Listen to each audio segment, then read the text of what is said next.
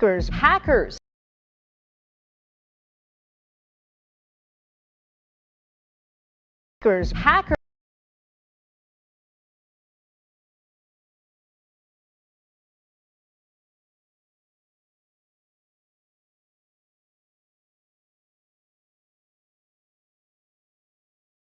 Throughout history, conquest and control of the high seas has remained a crucial factor in the building and maintaining of some of humanity's greatest empires. The end result has been the construction of mighty warships and vast fleets, a hallmark of any good civilization's power and supremacy. The stories and exploits of some of these great vessels and their crews still live on today, serving to captivate and intrigue us decades or even centuries later. But scouring the vast history of naval endeavours reveals an equal number of ships that, by all accounts, are total failures. Instead of carrying their nation's pride to glorious victory in battle, they instead carried it ignominiously to the bottom or to the scrap heap. From Soviet submarines that poisoned their own crews with radiation sickness, to Austro-Hungarian dreadnought battleships with paper-thin anti-torpedo protection, and a pioneering ironclad that served as little more than an expensive white elephant. Ladies and gentlemen, I'm your friend Mike Brady from Ocean Liner Designs, and these are 3 more of the worst warships from history.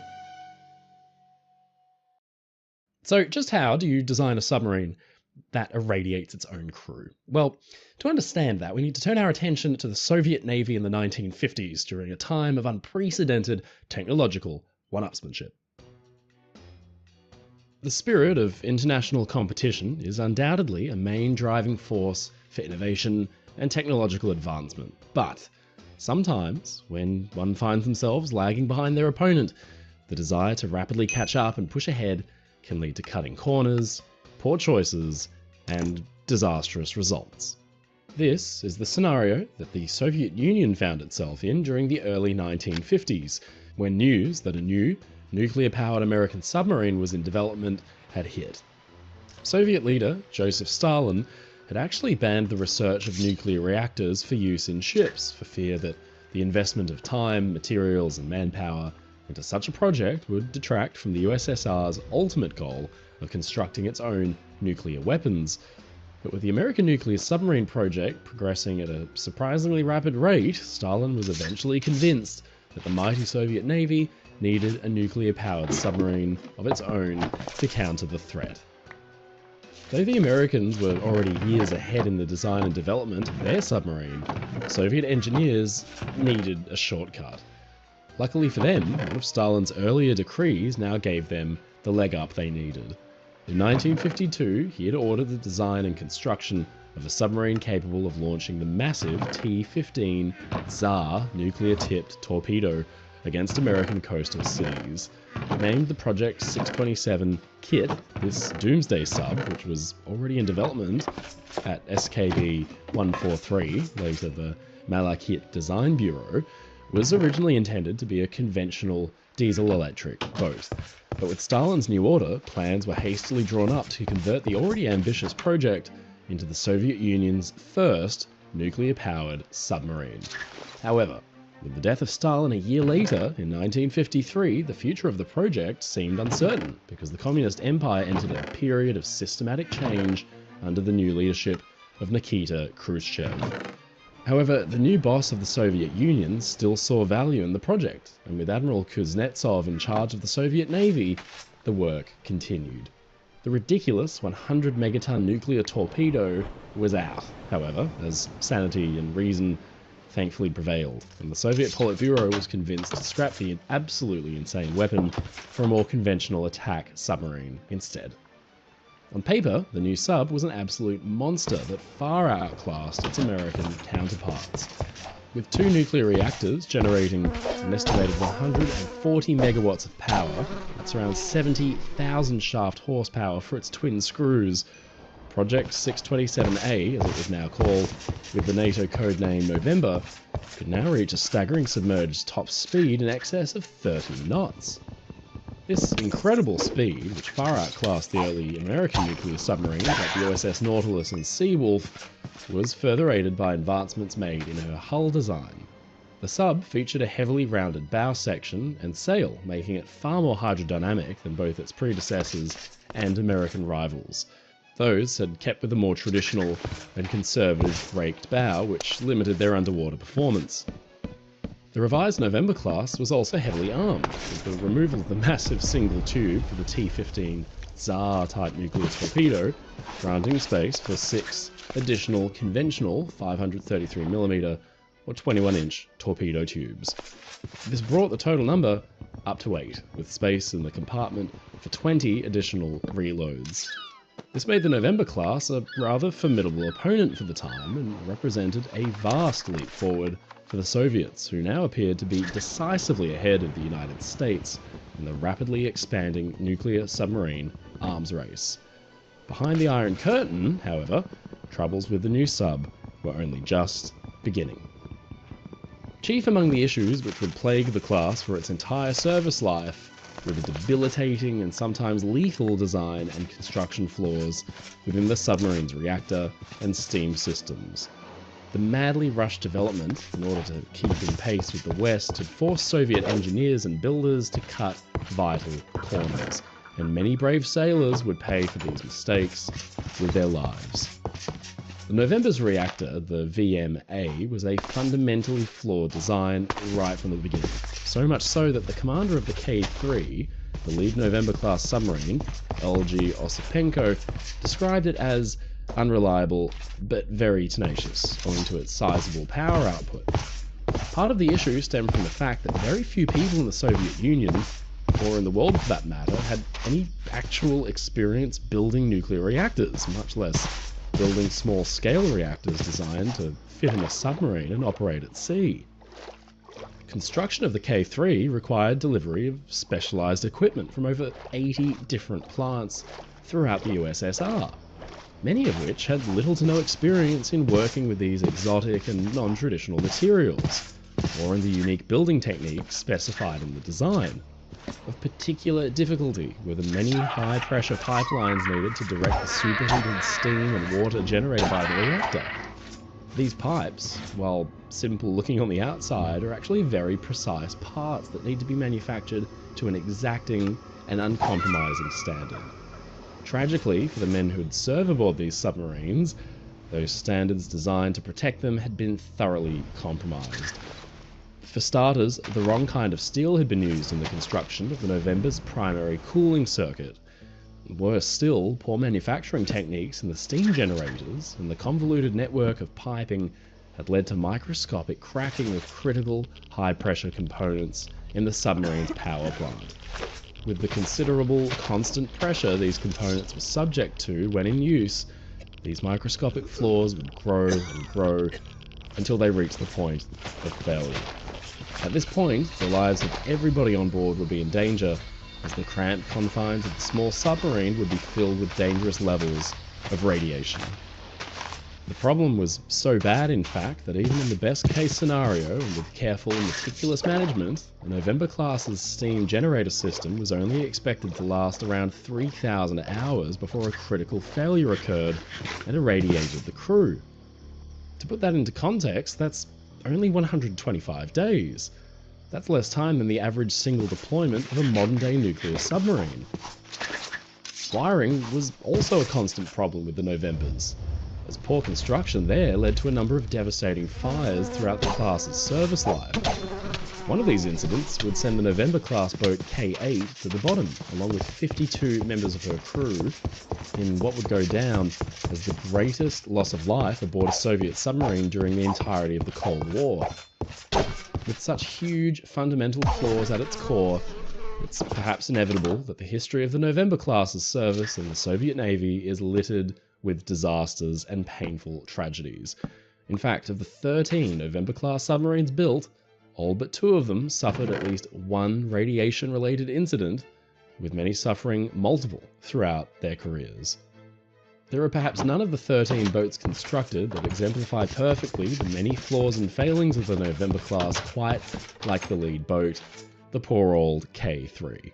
First laid down in September 1955 at the Severodvinsk plant along the coast of the White Sea, She'd be completed and launched only 2 years later, in August 1957. By December the following year, she was accepted into service under the command of Captain Algy Osipenko, who was soon after awarded the title of Hero of the Soviet Union after K3 successfully completed her sea trials.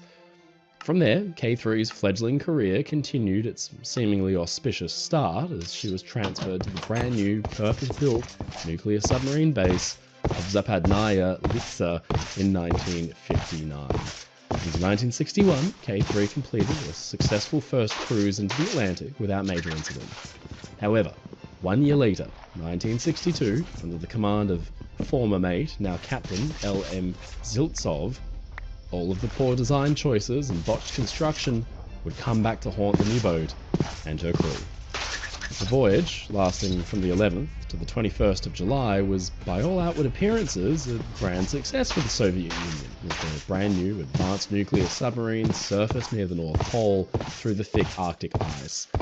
With her men planting the red banner at the very polar top of the Earth itself, K3 returned to port to a hero's welcome and was publicly greeted by Nikita Khrushchev himself, who applauded the triumphant achievement.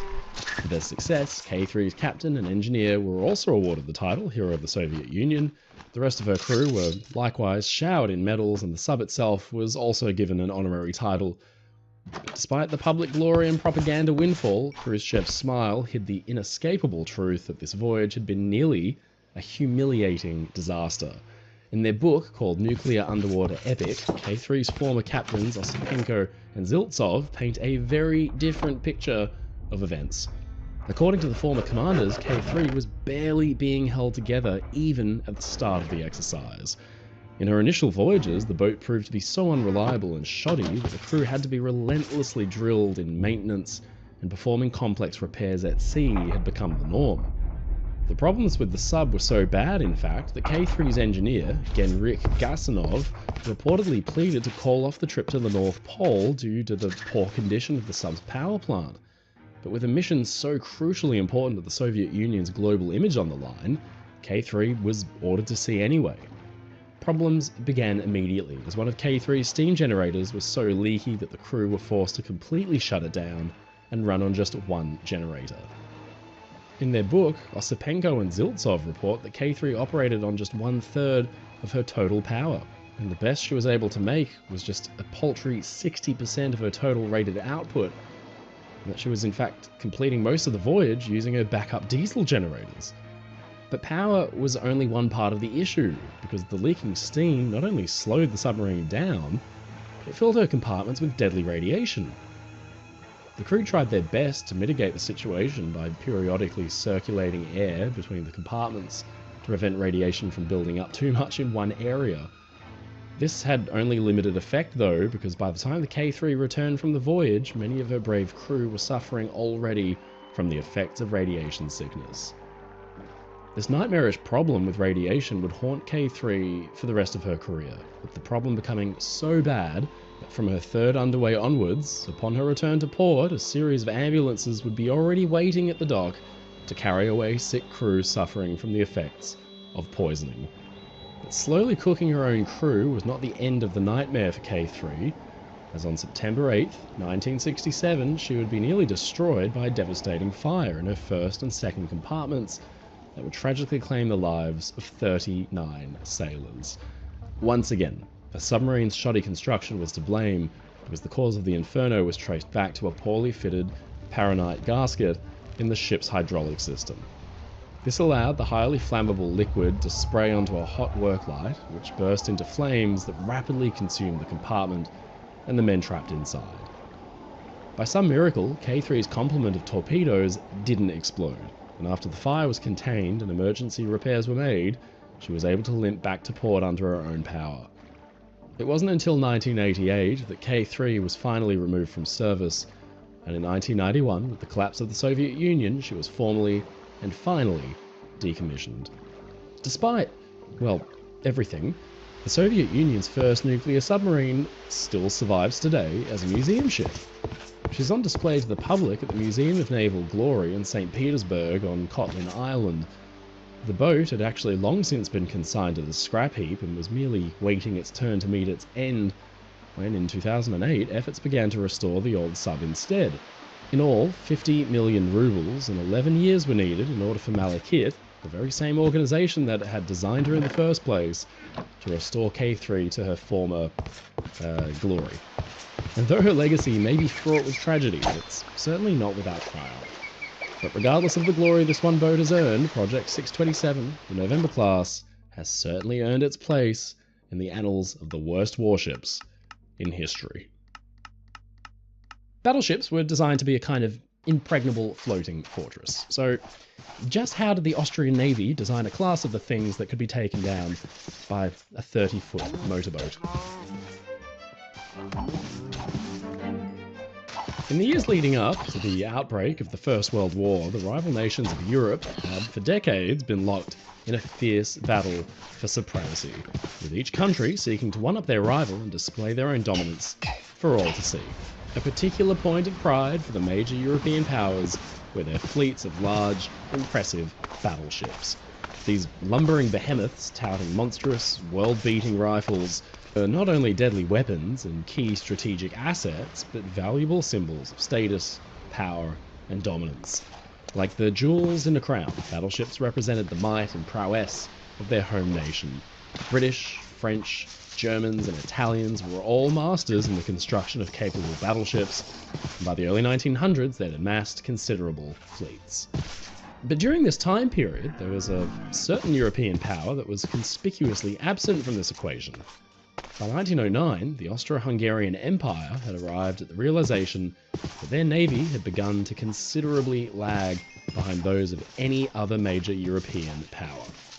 Of major concern to the Habsburg dynasty were their Italian neighbours, only a short distance away on the other side of the Adriatic Sea.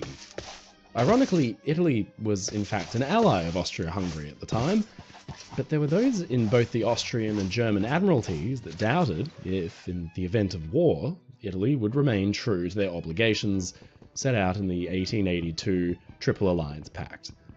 This fear wasn't without reason, because Italy had strongly opposed the Austro-Hungarian annexation of Bosnia-Herzegovina only a year earlier.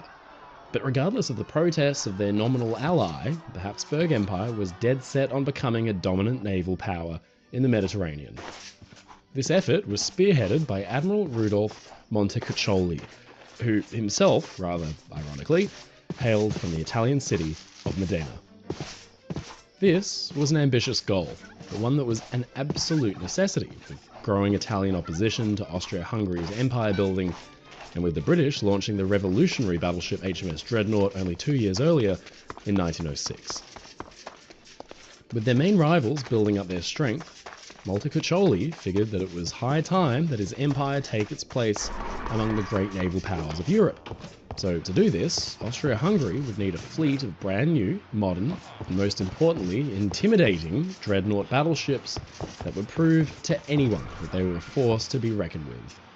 Initially, Austria-Hungary appeared to be in a perfect position to do just that.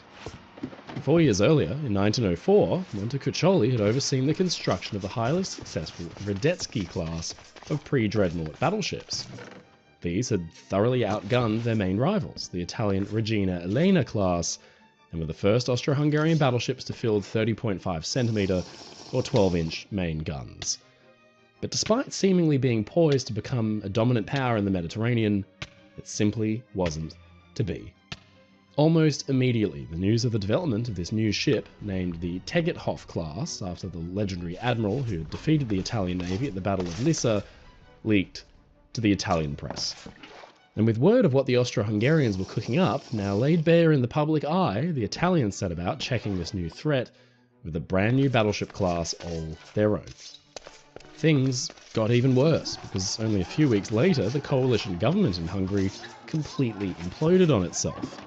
For over a whole year, the entire Austro-Hungarian government was completely paralysed, as without a functioning parliament in Budapest, it was impossible to approve and implement any new budgets. And so, plans for the new Tegethoff class sat cold and idle on the desks of architects and engineers while the Italians toiled away at a rapid pace on their new Conte di Cavour class. The lack of government funding not only played havoc with the design of the Tegethoff class, but with the shipyards and heavy industrial concerns needed to actually build the things. You see, a shipyard isn't going to undertake such a monumental and expensive effort without concrete assurances from the government that they're going to get paid for their work. And with the construction of the Radetzky class nearing completion and no new budgets forthcoming, the STT shipyard, along with heavy industry contractors Skoda and Witkowitz, were already being forced to lay off hundreds of their most skilled workers. But by hook or by crook, Admiral Montecuccoli was hell-bent on getting his battleships.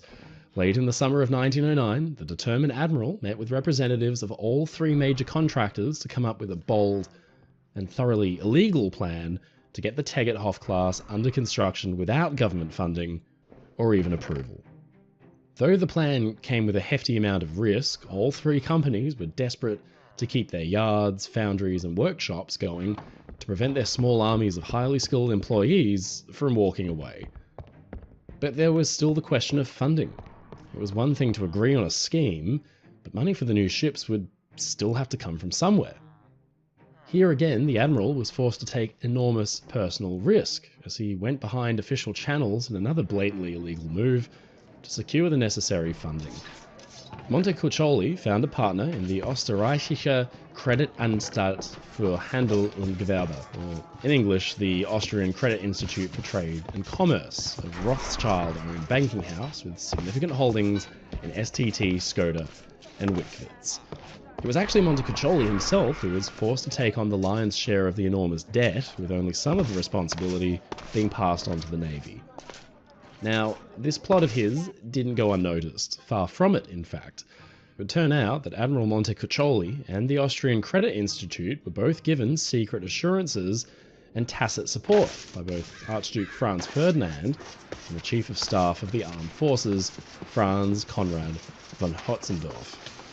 And in the end, all of the scheming and backroom deals actually paid off, because by the summer of 1910, with the new parliament finally coming together in Budapest, two of the new dreadnoughts, the Viribus Unitas and the Tegethoff herself, were already under construction.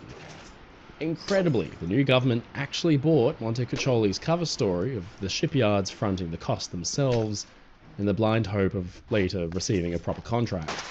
But with the government of the dual empire now formally convened and Italian progress on the Conte di Cavour class progressing at a rapid rate, proper funding for the rest of the Tegethoff class was formally secured. But the ships that would eventually end up sliding off the slipways would beg the question as to whether or not the entire Herculean effort to even build them had been worth it from the start, because events soon to come would prove that the Tegethoff class was some of the worst battleships ever put to sea. To understand why, we actually have to go back to the very start of the Tegethoff project itself. This incredible story centers around a single man, Siegfried Popper. He'd been the chief designer of the Radetzky class, but he had retired from the Navy in 1907 in order to take up a lucrative consultation position at STT. He then found himself, yet again, in charge of a major design project after he was put at the helm of designing the new Tegethoffs. Popper, who was already suffering from both failing eyesight and hearing, had his work cut out for him, because he was also instantly provided with a crippling dilemma. He had to come up with a design for a battleship that could outperform its Italian rivals while still adhering to a strict budget, which, at the time he started, didn't yet exist. But worse still, the previous budgets that had been passed had only allowed for relatively small battleships, and with the Italians building dreadnoughts using new triple gun turrets, rather than conventional double turrets, something had to give. Thankfully, the engineers at Skoda had thought ahead and had a scale model of a working triple turret already built. Scaling the design up for use on the Tegethoffs proved a relatively simple matter. This not only improved the firepower of the new ships considerably, but was also hoped to save weight, as the ships could mount fewer turrets but retain the same number of guns. Now, while it's a sound theory, in practice, the supposedly economical turrets came in horribly overweight. So much so that the sheer bulk of the things caused warping and buckling of the battleship's hulls, which then had to be reinforced as a result. The matter of weight and size dominated the designs of the Tegethoff to the point that the vital armour defences present on nearly all of their piers were conspicuously absent. While the ships featured a relatively standard main belt armour of 280mm or 11 inches thick Krupp steel around the central citadel, that armour thinned considerably to 150mm or just 5.9 inches at the bow and stern. But the most shocking omission was the Tegethoff's almost complete lack of any effective underwater protection. By this point in naval history, the threat of torpedoes launched by submarines or small boats was both understood and feared by designers and engineers. And Popper would have known full well that the Italians possessed large numbers of these small motor torpedo boats.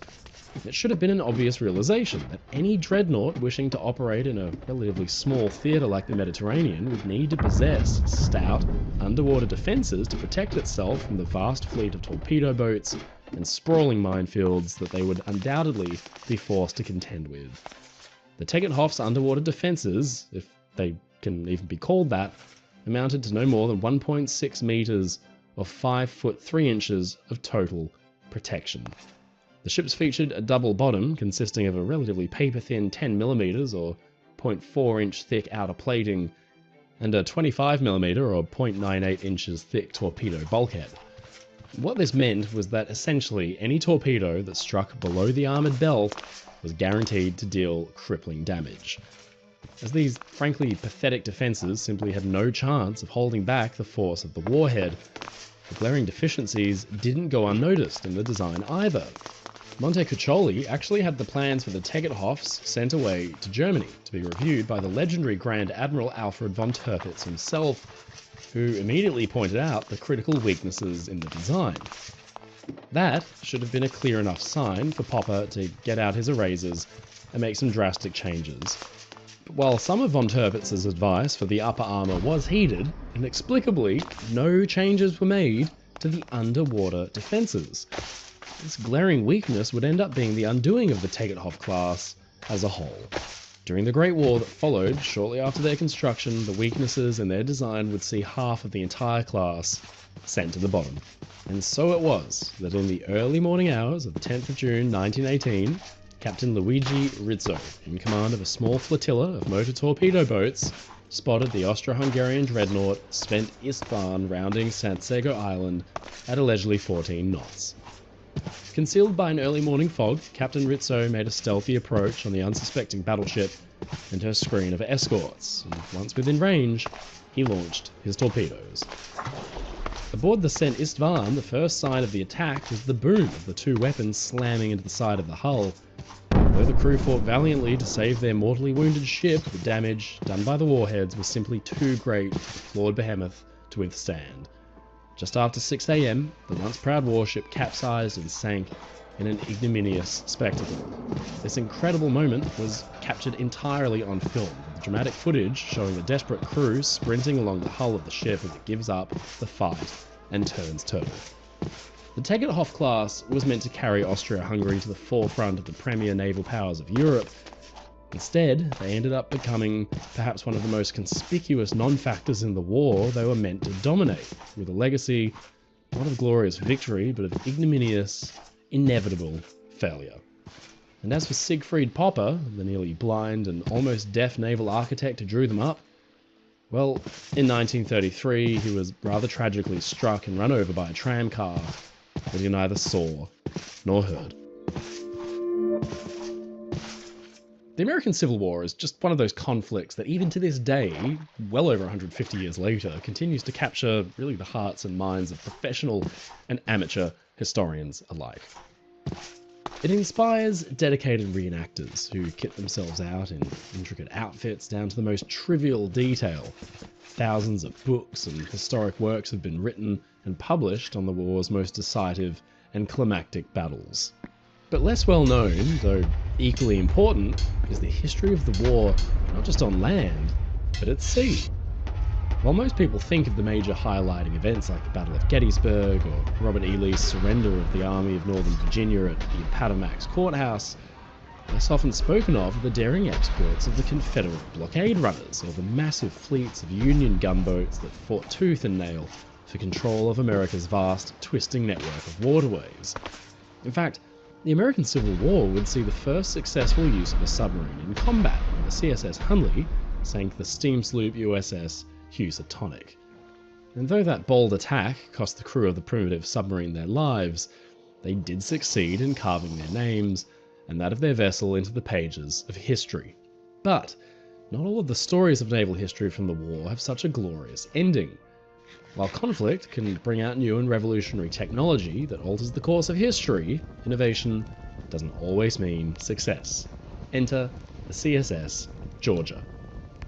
Commissioned in 1862, CSS Georgia had been constructed as part of an effort by the Confederacy to bolster the South's defense of the vast network of its critically important inland waterways. The South had actually started the war without a single fighting ship in their possession, and since then, the Union had been able to decisively outpace the Confederacy in the construction of new warships. This rapidly growing Federal Navy was tightening its grip on the already vulnerable and strained Confederate supply routes from Europe. It was feared that with their expanding naval dominance, the North might attempt a sea-based invasion of the South. This was something that the Confederate government knew they stood very little chance of repulsing. But the South's complete lack of a navy actually presented something of a unique opportunity. You see, the theories and technology around warships and their arms and armour had been rapidly evolving in the years leading up to the American Civil War. The first ever ironclad, the French Navy's Gloire, was launched in 1859. It was already causing a paradigm shift in naval planning among all the great powers of Europe. Though the technology was still far from perfect, it was thought that with the current crop of Union ships still being wooden-hulled vessels, even a small number of southern-built ironclads might just be enough to even the odds and secure the seas for the Confederacy. And so it was that the Secretary of the brand new Confederate Navy, Stephen Mallory, decided unequivocally that his navy would be based solely around the building and use of ironclad vessels, and he stated in no uncertain terms that, quote, "I regard the possession of an iron-armoured ship as a matter of the first necessity.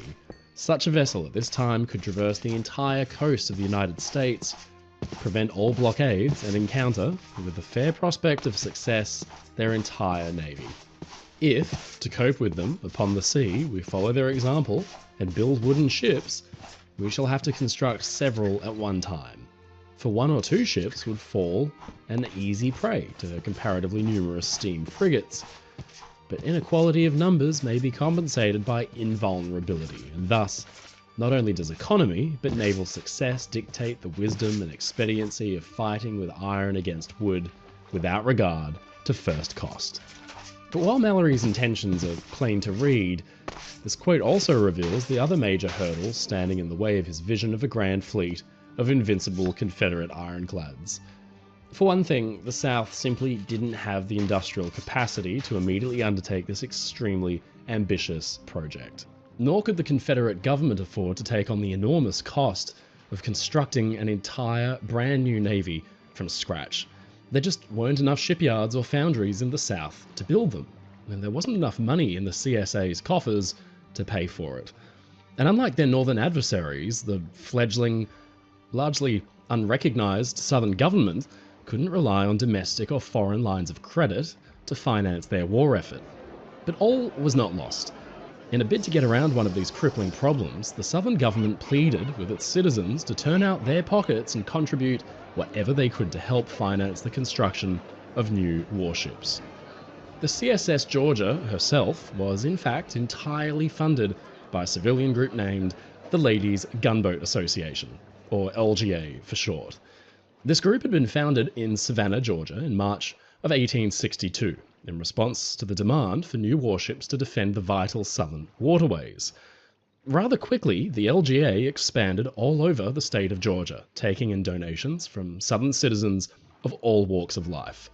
And they were extremely successful too, because in all, the Ladies Gunboat Association was able to raise an impressive $115,000 to put towards the construction of an ironclad warship. To put that into some context, that's over $4.4 million in today's value. With the money raised, one crucial hurdle in the building of the new gunboat was overcome. Unfortunately, not much is known for certain about the design process and construction of the ship. Over the years, what records of her building there were to begin with have gradually been lost. But based on the evidence that has survived and what can be inferred from it, it's highly likely that the CSS Georgia was constructed at Harding's shipyard along the banks of the Savannah River. This would have been an ideal spot to build her, as the shipyard itself was located near the Alvin Miller Foundry. Further lending support to this theory is the fact that this shipyard is where Major General Henry Jackson had ordered the construction of new troop transport boats to supply General Robert E. Lee's Army of Northern Virginia with fresh replacements. Therefore, it's highly likely that Harding's would have been the frontrunner for picking up the contract to build the Georgia. But while the problem of funding had been solved, the issue of industrial capacity still plagued Georgia's builders. Despite the fact that the shipyard was located only a relative stone's throw away from a foundry, there simply wasn't any iron to smelt. One of the major problems faced by the Southern War effort was a persistent, crippling shortage of iron. You see, most of America's large ironworks, even to this day, are located in the North and the Great Lakes region, as are the massive deposits of coal actually needed to smelt the raw ore into usable metal. And with northern shipyards churning out more warships, including new and powerful ironclads of their own, the noose of the federal blockade was truly beginning to tighten. And the fears of a northern sea invasion were beginning to grow even greater. But here, a seemingly ingenious solution was found that would allow the ship's construction to be seen through. Rather than employ the costly rolled iron armour initially called for in Georgia's design, the Confederate builders instead used lengths of discarded train tracks, interlocked to create an improvised armoured casemate. Not only was this solution simpler and easier on the strained southern economy, it provided a substantial amount of protection against the cannons of the day. With both obstacles to her building now solved, construction could actually begin in earnest.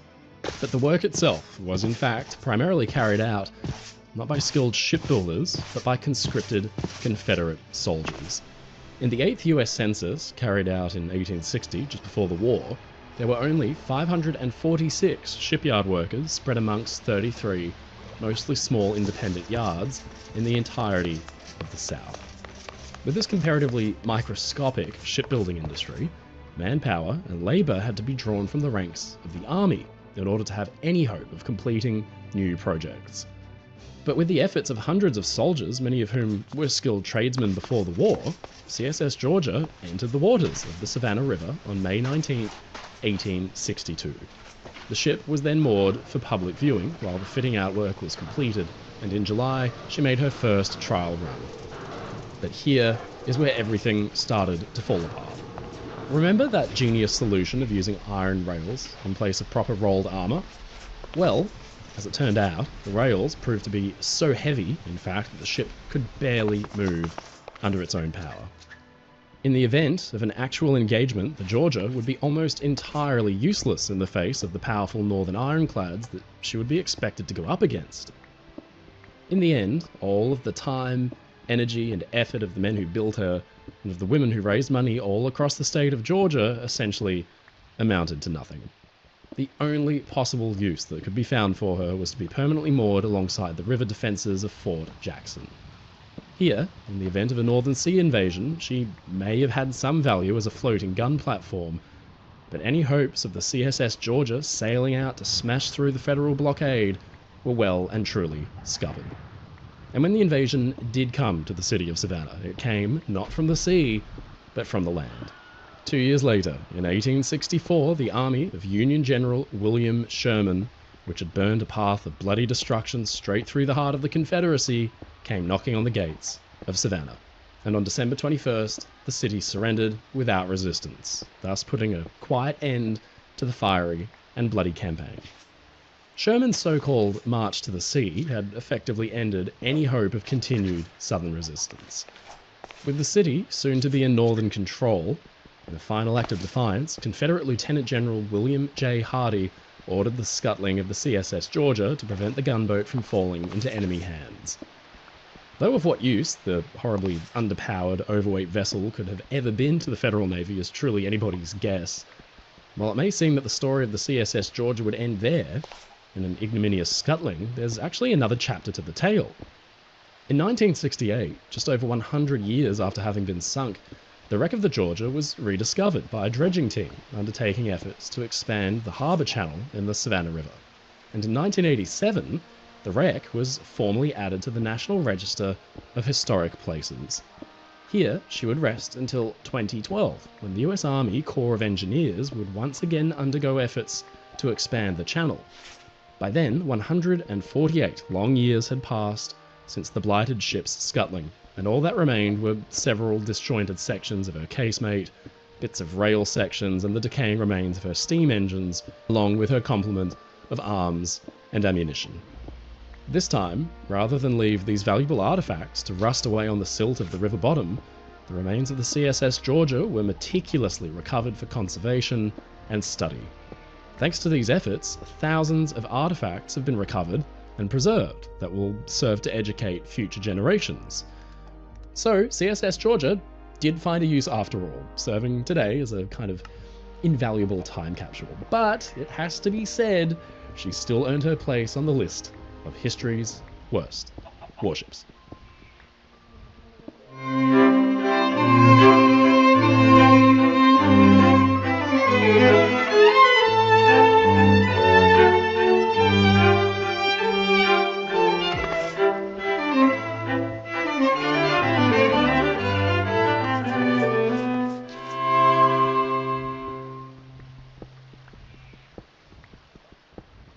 This video is brought to you by World of Warships. Ladies and gentlemen, it's your friend Mike Brady from Ocean Liner Designs. Now, in the field of conflict during the Second World War, one ship's destruction has now reached legendary status and continues. It's May 1941, and the mighty battlecruiser HMS Hood is steaming through a dreary, cold sea alongside the newly commissioned battleship Prince of Wales. They are on a special mission to intercept and engage a powerful enemy force which threatens to break out into the Atlantic and hunt down crucial Allied merchant ships, which are providing a lifeline to the British people. 2 German warships had been spotted on May 23rd in the Denmark Strait between Iceland and Greenland, so Hood and Prince of Wales set off in pursuit. Now all eyes on Hood's bridge were glued to the horizon, keeping lookout for the enemy. And then, at 5:37 AM on the 24th, there came a call. 2 ships had been spotted in the distance. Slowly, their ghostly presence came into focus and recognition. They were German. One was the heavy cruiser Prinz Eugen, and the other, the battleship Bismarck. Bismarck is a ship which has a lot of myth and hyperbole attached to it, so here are the facts. The ship, along with its sister, Tirpitz, was the most powerful German warship afloat. All warships are built with very specific roles and purposes in mind, guided by their navy's doctrine and the expected theatre of operations. Bismarck and Tirpitz were designed and built to engage and sink enemy warships in relatively close-range engagements in the North Sea. These were Germany's home waters, and the designers specifically had the fast, French Richelieu-class battleships in mind as an adversary. Bismarck and Tirpitz would need to engage enemy battleships and receive multiple hits and keep going. A whole 40% of Bismarck's combat weight was dedicated to protecting the warship from enemy fire, which is a huge number, comparatively speaking, to other warships from the time. They were built to be fast, with a top speed of 30 knots, ideal for engaging the enemy and slipping away if necessary. Curiously though, although Bismarck was designed to go toe-to-toe with enemy battleships, its guns were of a relatively small caliber, 380mm or 15-inch main guns, which fired a fairly lightweight armor-piercing round. In a full broadside, Bismarck could send 14,112 pounds, or 6,400 kilograms of projectiles at the enemy. But by contrast, some World War I era battleships could send up to 16,800 pounds downrange. And contrary to popular belief, in the Second World War, 51 battleships could fire a broadside heavier than that of Bismarck. But with the outbreak of the Second World War, the Bismarck's intended use changed because the Kriegsmarine changed its battle plan. Germany had rushed to rearm in the lead up to World War II, building as many tanks, aircraft and warships as they could, but Britain's navy was the largest in the world at the time. By September 1939, in European waters where Germany could field 3 battleships, the Royal Navy could respond with 9. Germany's Kriegsmarine had 7 cruisers, but the Royal Navy had 35, and the number of destroyers was an even more dramatic contrast. Germany had 22, but the British had 95.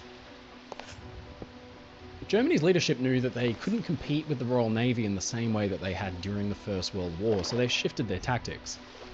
Instead of engaging British capital ships toe-to-toe, the Kriegsmarine would leverage its warships and powerful submarine fleet to hunt the greatest prize of all, British merchant shipping. The lifeblood of the island nation during wartime, the Kriegsmarine could sink enough merchant ship convoys that Britain might starve. Bismarck and Tirpitz were assigned new roles. They would not seek out British battleships for a fight. Instead, they would use their speed to slip out into the Atlantic Ocean and hunt down Allied cargo ships. It was a role for which the Bismarck was not originally intended, but for which she was still very well suited. Other German battleships operated in the same way. In January 1941, the sister ships Gneisenau and Scharnhorst slipped out into the North Atlantic Ocean and hunted merchant shipping as a pair. In 2 months, they sank or captured 22 Allied merchant ships. Bismarck was still being completed and tested then, but by May 1941, she was ready. Commanded by none other than senior-ranking Admiral and Kriegsmarine Fleet Chief Günther Lütjens, Bismarck was paired with the heavy cruiser Prinz Eugen and given its orders. The ships would sneak out from Gotenhafen, now Gdynia, Poland, and steam high over the British Isles and Iceland to avoid detection. Then, free in the North Atlantic Ocean, the warships could mercilessly hunt down Allied shipping to their heart's content. It was called Operation Rheinübung. On May 19, 1941, Bismarck made steam and set off on her mission. Not surprisingly, the British weren't so keen on learning from passing Swedish ships and their crews that Bismarck and Prinz Eugen were leaving the protection of their home ports for the open ocean, because it could mean only one thing, that another merchant raid was underway and their ships were in danger. They had to be stopped in their tracks. British and Allied lives depended on it. There are only a couple of likely routes that the Germans could use. The English Channel was the most direct way out into the Atlantic, but it's far too narrow and was patrolled constantly by British aircraft and warships. To the British, the most likely route seemed up north in the Denmark Strait between Iceland and Greenland. To that spot, they directed the British cruisers Norfolk and Suffolk, while further south, a powerful force of 2 capital ships and 6 destroyers would patrol off Iceland to catch the German ships if they were detected. The British capital ships were 2 of the most powerful afloat in European waters. They were the brand new HMS Prince of Wales and the older HMS Hood. I mentioned that Bismarck was designed with a specific purpose in mind, and so too was Hood. Prince of Wales, like Bismarck, was a battleship, designed to slog it out with enemy warships and keep on sailing, but Hood was different. She was officially designated not as a battleship, but as a battle cruiser, a class of ship whose origins stem from the First World War, and which was designed to serve a completely different role to that of the battleship. Instead of slogging it out with the enemy battleships like a prize boxer, Hood and the other battle cruisers like her were designed for speed, aiming to chase enemy fleets and nip at them with their powerful battleship-caliber guns. The point was to have a ship as powerful as a battleship, but with the speed of a cruiser, hence the name, battlecruiser, and length. How do you get so big a warship to operate at speeds up to 32 knots? Well, one way to do this is to lengthen the hull. Typically, battlecruisers were longer than battleships because a longer hull form reduces drag through the water and lends itself to a higher top speed. A second key factor in hitting higher speeds is to simply reduce the weight of the ship. Battlecruisers weren't expected to slog it out with enemy battleships, so armor protection could be shaved here and there to save on weight. Now, some myths exist around this today. Contrary to modern popular history, battlecruisers weren't unarmored at all. They were still some of the most well-protected warships afloat. For instance, the formidable dreadnought battleship Queen Elizabeth featured belt waterline armor on her sides that was 13 inches or 330 millimeters thick, while Hood's waterline belt armor was 12 inches or 304 millimeters thick, angled outwards to increase its relative thickness. In fact, 31% of Hood's total mass was dedicated to armor protection, as opposed to Queen Elizabeth's 29%. Hood's deck armor plating has come under scrutiny after her loss, but the fact is that key lessons had been learned following the First World War, and her design had been changed to reflect this. At the Battle of Jutland on May 31st, 1916, 3 British battle cruisers famously catastrophically sank after receiving direct hits from German guns. Inquiries blamed poor propellant storing procedures for the magazine detonations, but some thought was given to the lighter nature of the battlecruiser's deck armor. It was thought that this could prove an Achilles heel at long range when shellfire arcs downwards to strike a warship, not from the side, but from above. Hood, which had only just been laid down, had design changes made that would see her be much better protected than the other British battlecruisers. Her deck armour was increased in some places by as much as 0.3 inches, or 10mm, and her belt armour was also thickened from an average intended 5.3 inches, or 135mm, to an average of 8 inches, or 203mm. The slight changes meant that Hood's deck armour and belt armour was actually quite well protected from the shell calibre of choice for newer German battleships, 15 inches, or 38cm. Hood was so relatively well protected that many considered her to be kind of a fast battleship rather than a battle cruiser. Now, Hood wasn't just any old warship. She was beloved by the general public and had become an ambassador for the Royal Navy. She was, for about 20 years, the world's largest warship, and therefore a serious object of curiosity during peacetime. She visited many international ports, including my hometown of Melbourne, Australia, seen here. It's difficult to imagine a time when the general public could crawl over what was then the most advanced and modern warship afloat, but there they are. Known as the Mighty Hood, the ship was a household name in the lands of the British Empire and the Commonwealth, nothing short of a floating celebrity. By the Second World War's outbreak, she was somewhat dated, but she'd had components modernised and could still cause serious problems for the enemy. She was fast, she hit hard, and her crew were highly motivated. They weren't just on any ship, they were aboard the Mighty Hood.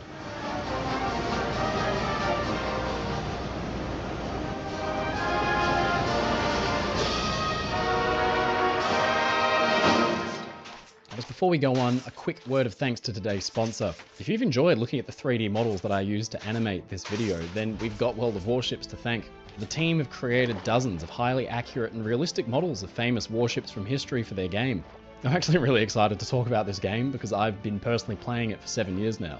In it, you can take command of mighty battleships and battle cruisers like Bismarck and Hood and engage enemy players in epic naval battles.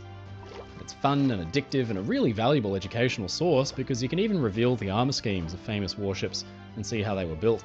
Follow the link on the screen or in the description of this video to get free goodies when you sign up. You'll get 500 gold doubloons, the in-game currency, 7 days of free premium account, 2 million credits which you can buy ships and modules with, and your very own premium tier 4 ship with a skilled commander to captain it. The game's free to play, so head to worldofwarships.com today to take command of your ship and start playing.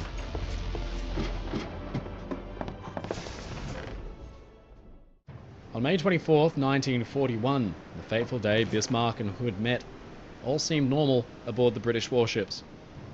The British cruiser force had been tailing Bismarck and Prince Eugen for some time, relaying their movements to Hood and Prince of Wales. British crewmen were at action stations and the mood was tense. They knew that soon they would be engaging the enemy. But when? Suddenly, there they were. On the horizon, a patch of oil smoke finally revealed 2 German warships. They had successfully intercepted the German force. Now, they would have to stop them. Hood and Prince of Wales' guns turned around to face. It was 5:37 in the morning, but already the British had made a misstep. Instead of manoeuvring to get in front of the German ships, Admiral Holland in the HMS Hood had kept to his course for just too long, meaning the Germans were getting ahead of the British ships. Soon the Germans would be able to bring all of their guns to bear on the British, while Hood and Prince of Wales could answer only with their forward gun turrets. This is a manoeuvre known as crossing the T. Admiral Lancelot Holland, commander of the British force aboard Hood, had a decision to make. Tail Bismarck and wait for backup in the form of the nearby battleship King George V and some other ships under the command of Admiral John Tovey, or engage the enemy now, and he chose the latter. At 5:52 AM, Hood fired the first shots of the engagement at a range of about 22 kilometres or 14 miles, and Prince of Wales fired a minute later. The Battle of the Denmark Strait had begun. Holland initially ordered his ships to target the lead German ship, but realised it wasn't Bismarck, but actually the smaller Prinz Eugen. Prinz Eugen, with cruiser-caliber guns, could damage the British battleships, but could not penetrate their armour and ultimately kill them.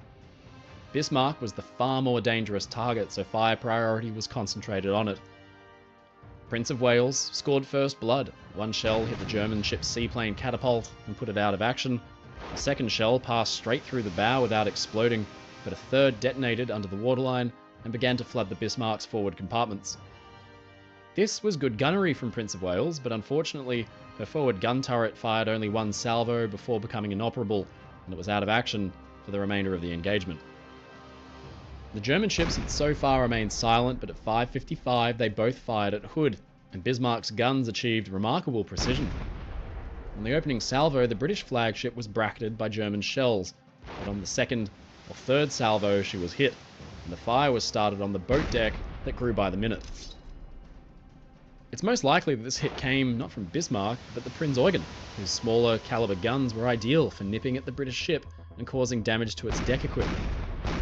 Now flames were licking at the base of the ship's mainmast, fueled by detonating ammunition lockers. It was 6 AM, and even though Hood was on fire, she was still a formidable fighting force. And aboard Prince of Wales, men on the ship's port side who weren't yet engaged in the action watched Hood as she fired her guns and burned. The salvo from Bismarck roared in and crashed all around Hood. Both sides had drawn blood in the engagement, but it was the British gunfire that had so far caused the most damage. But then, something horrifying happened. Hood blew up. A sheet of flame suddenly erupted from below the ship's mainmast, searing high up into the sky, and then, with a dull roar, it was rent apart by a massive explosion and disappeared into a pall of smoke. The men on both Prince of Wales and the German ships watched in awe as Hood simply ceased to be.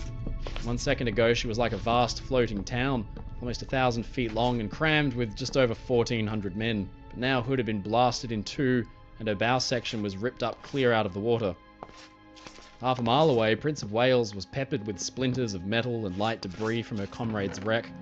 Like a vast cathedral, Hood's bow was lifted hundreds of feet into the air, shrouded in smoke and flame. Then, just 3 minutes after the explosion, she was gone. Hood was no more. Prince of Wales had to make an emergency change to course to avoid the burning wreck of her fleetmate. The ship now found itself alone against the combined fire of Prinz Eugen and Bismarck, and shells rained down all around her. She was now less than 14 kilometers away from the enemy, with one main turret out of action. The results were not good. She was hit 7 times from both ships in various locations and suffered casualties because of it.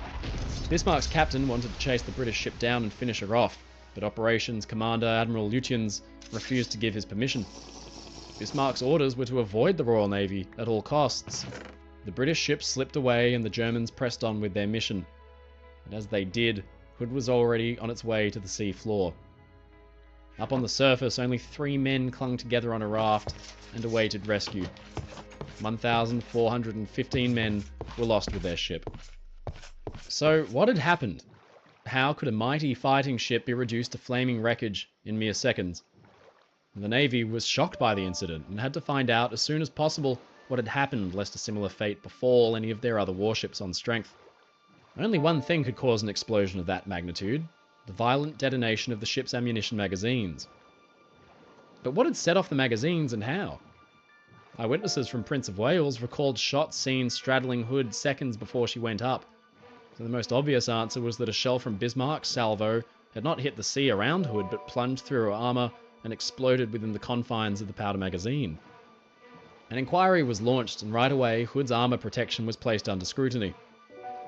The Battle of Jutland was fresh in the minds of Navy planners and senior authorities. But why did Hood suffer a similar fate to the battlecruisers lost at Jutland when her armour had been reinforced specifically to avoid this kind of destruction? Now, at the inquiry and in the decades since, the prevailing theory had been that plunging fire was to blame. That Bismarck, engaging from a distance, had her shells fired high in the air to drop down on Hood, plunging through her deck armour from above and hitting the magazines. There was one simple issue with this theory. It was that the ships were just too close. At the time Hood was lost, the range had closed to about 14 kilometres or 9 miles. In terms of naval engagements of the Second World War, this was fairly close range. By contrast, some actions in the Pacific took place at ranges out to 19 miles, or 31 kilometres. It meant that Bismarck's shells weren't curving dramatically up into the air. The trajectory was flatter, and the shells were coming in not directly from above, but from an angle at Hood's starboard quarter. Despite this, the plunging fire hypothesis has been repeated in documentaries and books again and again, unfairly casting the Hood as a ship whose deck armor had been sacrificed for more speed, and that this lack of deck armor presented an Achilles heel. No, it was something else that sank the Hood, not plunging fire and a lack of armor. Another hypothesis involved the fire. What if it was much more serious than it had first appeared? If gasoline tanks stored near the deck had burnt, their cascading fuel could catch alight and gush through ventilation, trunking, and ammunition hoists into the heart of the ship, spilling into the magazines and causing a detonation. Except this seems most unlikely. Crew had secured many of the ammunition hoists and fuel tanks specifically for this very reason.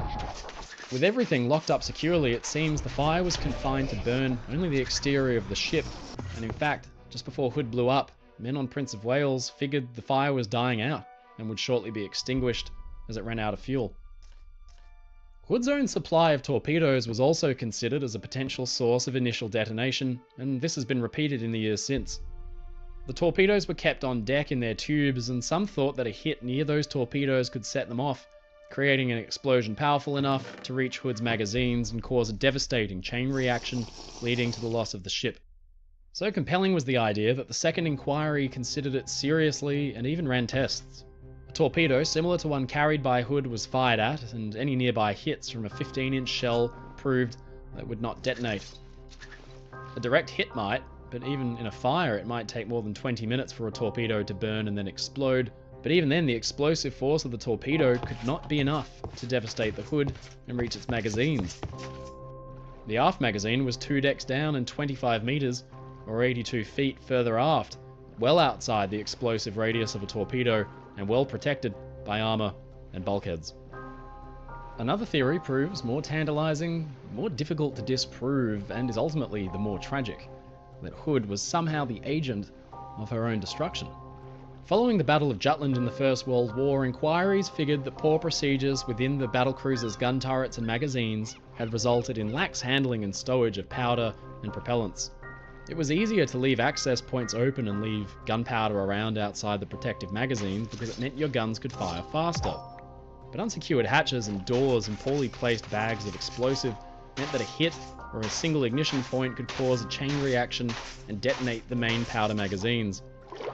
Strict new so-called anti-flash protocols were put into place to drastically reduce this risk, and Hood and her crew adhered to them. But in the heat of battle and needing a higher fire rate, could these have been temporarily sacrificed or ignored? If bags of powder were allowed to stack up and hatches were not secure before firing, a misfire or venting of gas back into the gun turret could have set off the powder and detonated the magazine. There is eyewitness evidence to support this idea. Crewmen on Prince of Wales saw Hood's guns fire, but they did not appear quite right. Petty Officer George Henry Goff recalled that, "The next thing I noticed was that the B turret was firing, belching out flames, and after that Y turret fired on its own, and then Hood went up." He explained that when a gun fires, the flash licks slowly around the muzzle of the gun. But there was no straight flash, and the flames licked slowly around. To Goff, the type of fire coming from Hood's guns just didn't look quite right. There was something else wrong with Y turret that indicated they might have been experiencing a problem. Observers on the Prince of Wales saw the gun train toward Bismarck, lock on target, and then disengage briefly before returning to its previous position and then firing. Petty Officer Lawrence Sutton testified that Hood was firing with her foremost turrets.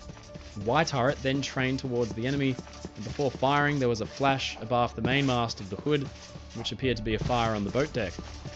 Y turret then fired, and at the same time a huge flash came up all around Y turret. The flash rose to well above the mainmast of the ship, and all I heard was a tremendous roar, and I could not see anything until the smoke had cleared away. That was all I saw of the Hood. This paints a very dramatic picture. If Y turret was having internal problems, a backblast or misfire could have caused a dramatic detonation of the powder if protocols had not been properly followed during the battle. The inquiry dismissed this idea, but it's difficult to disprove because there were simply no survivors from Hood's gun turrets. Or the timing of Y turrets firing just a second before Hood detonated could have simply been a coincidence. And there is one clue that leads us to another hypothesis. A direct hit from Bismarck with a clear penetration into the powder magazines, not from above and through the deck armor, but directly through Hood's hull. Somewhat disturbingly, this exact method of destruction was prophesied by the Navy some 21 years beforehand. Now, I mentioned that just after the Battle of Jutland, Hood's armour protection scheme was called into question. It was felt that her armour, 5.3 inches or 135mm of average belt armour, and the same thickness of total deck armour would be insufficient to prevent clean penetration of 15-inch shells from German battleships. Hood's armour was increased, not dramatically, but sufficiently to prevent most penetrating shots. The belt from 5.3 to 8 inches, and the decks to 6.35 inches. The armour was arranged in 3 thicknesses on the belt. Towards the top of the hull, it was 5 inches. The middle belt was 7, and the lower belt, reaching just below the waterline, was a full 12 inches. Gunnery trials took place on a mock-up of Hood's new armour scheme and found that the lower belt could not be penetrated, but the middle belt could. A well-placed shot with a relatively flat trajectory could plunge through the belt armour and, if fused correctly, be timed to detonate within the confines of the powder magazine. A hit from Bismarck could have followed this exact trajectory, outlined by the Navy in 1920. Hood has often been cast as a victim of an unlucky shot, but a straight one-on-one with an enemy battleship, with 15-inch guns, was predicted to end badly for her by the Navy some 20 years earlier. It sounds like a case-closed argument, but it isn't. Because even though the Navy feared a penetration of the belt armour, there was still one more obstacle the offending shell would need to overcome, and calculations reveal it to be impossible: the deck armour. See, the shells landing on Hood and penetrating the upper or middle belts would then need to crash through almost 7 inches, or 180mm of combined deck armour. Historian and author Bill Durans has run complex calculations and simulations on this outcome and discovered that the Bismarck's shell would not have been able to reach the powder magazine before it detonated. Striking the belt armour would cause 2 issues for the shell's path into the magazine.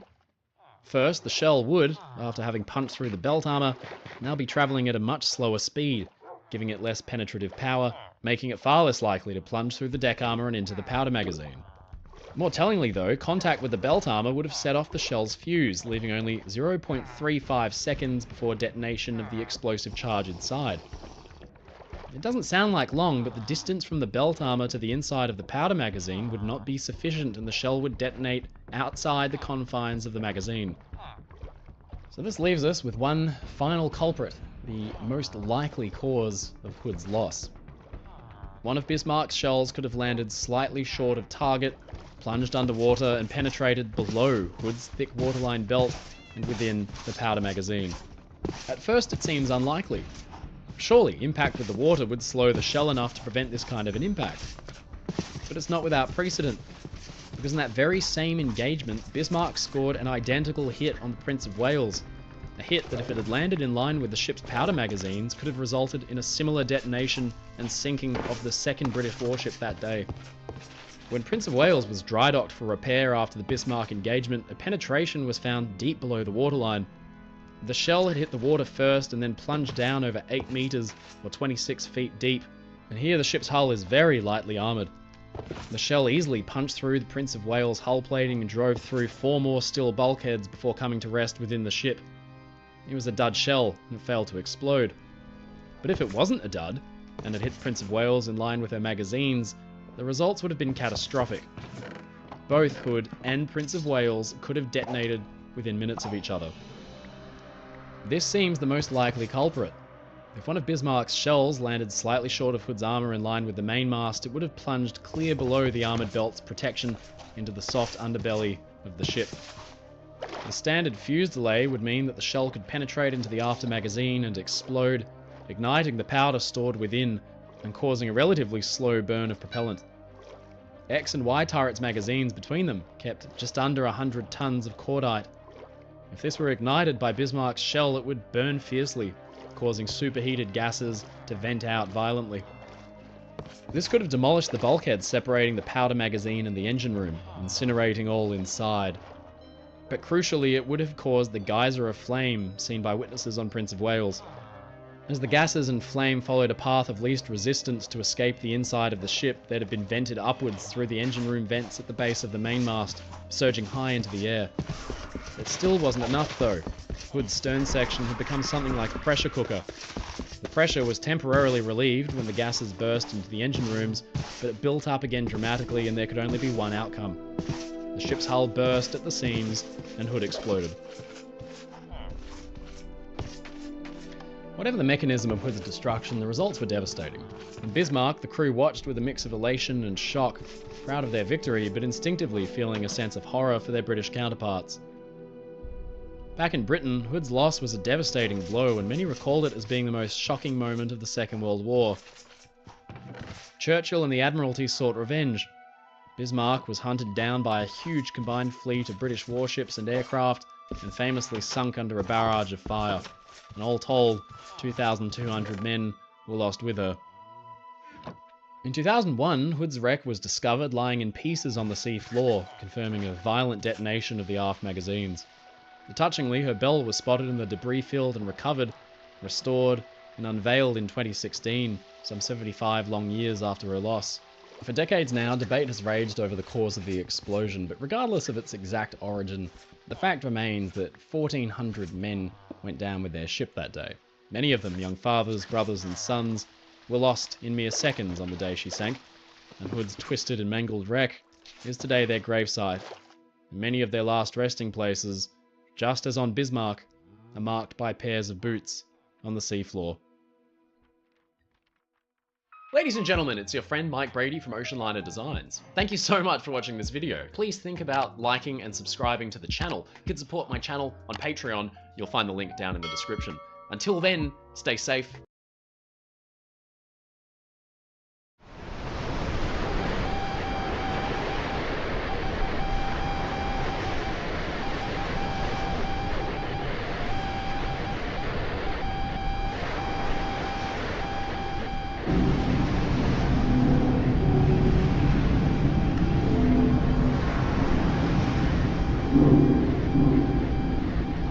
At 3:15, the radio telegraph went off on the bridge. The SOS was from the Marine Electric. The crew needed help as soon as possible. I'm approximately 30 miles from Delaware Bay entrance, going down by the bow. I seem to be taking on water forward. We need someone to come out and give us some assistance if possible.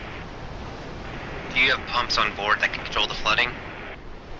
Our problem is, we don't know exactly what our situation is. When we picked up their distress signal, we were about 32 miles north-northeast of Marine Electric. We were making 18 knots, and our ETA was roughly 3 hours. Are you in danger sinking at this time? It's hard to say. My bow seems to be going down. We seem to be awash forward. We can't get up there. We don't have any lights to shine up there to see what's going on. We are continually taking on water forward with the bow going down. Cutter Point Highland has been diverted and is en route to your position. We informed the local Coast Guard station that our vessel, the tank ship Tropic Sun, would also respond to the SOS. I think I'm gonna lose my... On our way to render aid, we saw an unwelcome sight, one that still makes me shake my head. Vessels that must have heard the Marine Electric's SOS sailing in the opposite direction.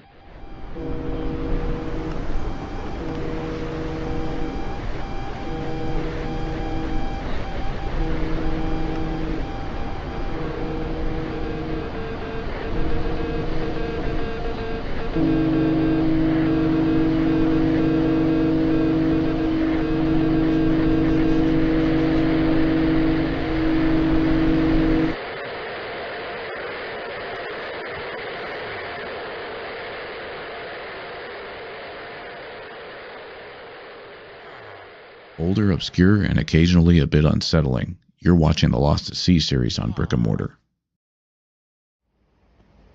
The primary sources for this video are the NTSB's Marine Accident Report, dated January 19, 1984, and the U.S. Coast Guard's Marine Board of Investigation Marine Casualty Report, dated January 11, 1985. When referencing the U.S. Coast Guard at many points in this video, it'll sometimes be used interchangeably with their Marine Board of Investigation. And it appears both the NTSB and Coast Guard considered themselves to be investigating the incident jointly. with neither overtly mentioning whether one was in a lead or support role of the other. Also, this video is so long that for the first time in my history of doing these voiceovers, I had to record over multiple days. Typically, I do roughly video building and dry dock mills, a U.S. maritime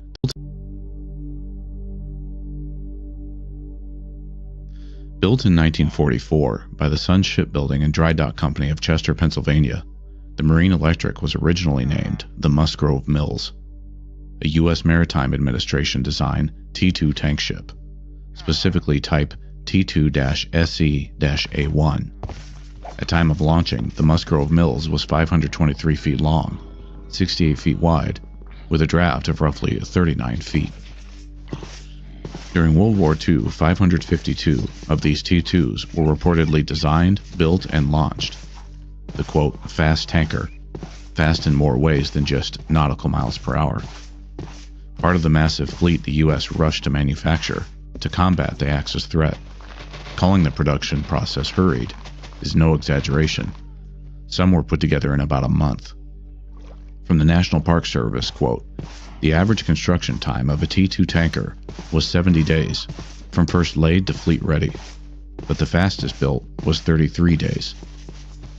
It was well understood, though, that the United States needed them desperately to succeed in World War II.